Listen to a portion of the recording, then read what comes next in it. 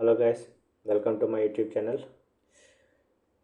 ఇటువంటి నెట్వర్క్స్ని మనం ఎక్కడ చూస్తామంటే కాంపిటేటివ్ ఎగ్జామ్స్లో చూస్తాం. ఈ నెట్వర్క్స్ని సింపుల్గా మనం ఎలా సాల్వ్ చేయాలంటే ఒకటే రూల్ అండి.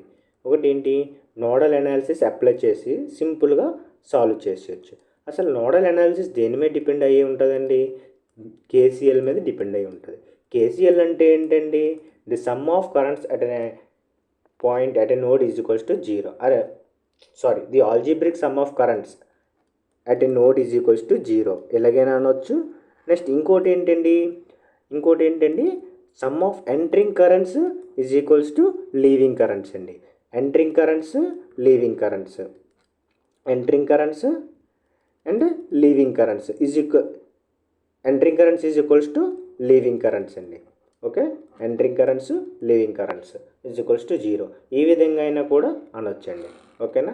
అసలు నోడల్ అనాలిసిస్ చేసేటప్పుడు మనం అసలు ఎన్ని నోడ్స్ తీసుకోవాలి, ఏ నోడ్ దగ్గర మనం అప్లై చేయాలి? ఓకేనా? అసలు నోడల్ అనాలిసిస్ ఏ విధంగా చేస్తామంటే ఎన్ని నోడ్స్ తీసుకోవాలనే డౌట్ మనకు ఉంటుంది. అసలు నోడల్ అనాలిసిస్కి ఎన్ని నోడ్స్ కావాలి, ద నెంబర్ ఆఫ్ నోడ్స్ అసలు ఎన్ని నోడ్స్ కావాలి అంటే n ప్రిన్సిపల్ నోడ్స్ మైనస్ 1. అంటే ఎన్నైతే ప్రిన్సిపల్ నోడ్స్ ఉంటాయో అందులో ఒక నోడ్ తీస్తే మిగిలినవి ఎన్నైతే ఉంటాయో అన్ని నోడల్ ఈక్వేషన్స్ కావాలి.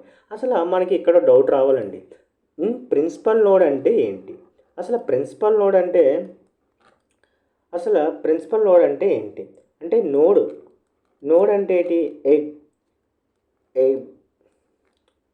ఏ point of interconnection between two branches or two or more branches. ఓకేనా? ఇందులో సింపుల్ నోడ్, ప్రిన్సిపల్ నోడ్ అంటారండి.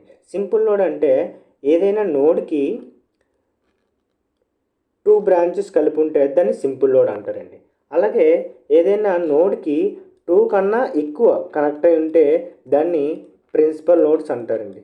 ఇది ప్రిన్సిపల్ నోడ్, ఇది సింపుల్ నోడ్ అండి. ఓకే, ఇది నోడ్. ఓకేనా? ఓకే, జస్ట్ ఎగ్జాంపుల్ తీసుకున్నాను అంటే జస్ట్ చెప్పడానికి. ఓకేనా? ఇది ప్రిన్సిపల్ నోడ్. ఓకే, అసలు అలా విధంగా చూసుకున్నట్లయితే ఇక్కడ ప్రిన్సిపల్ నోడ్స్ ఎన్ని ఉన్నాయి, సింపుల్ నోడ్స్ ఎన్ని ఉన్నాయి ఒకసారి చూద్దాం రండి.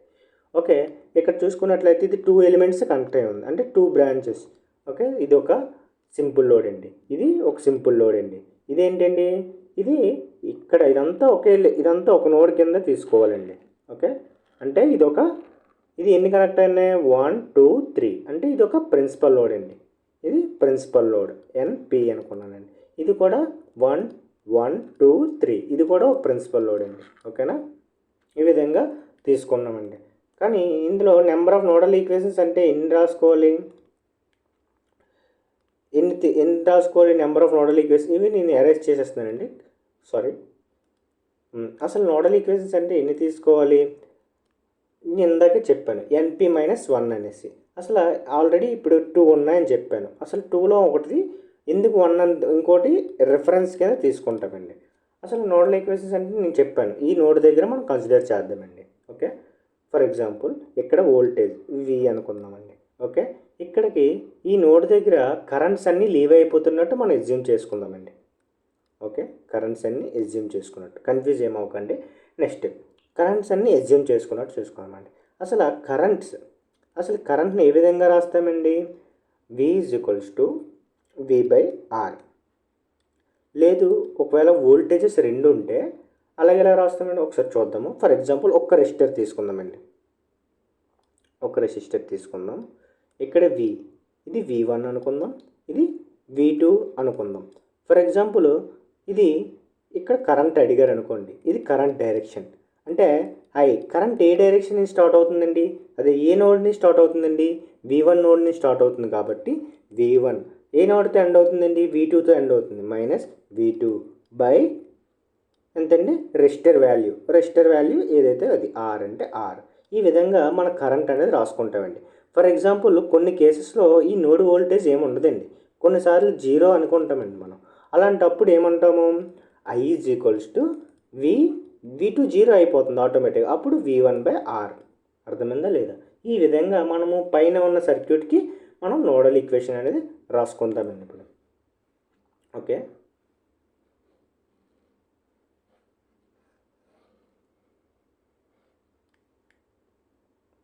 ఓకే, చూడండి ఇప్పుడు ఏంటి, ఫస్ట్ ఈ నోడ్లో రాస్తున్నాను చూడండి. ఇక్కడ ఈ యొక్క రెసిస్టర్కి ఇలా తీసుకున్నానండి.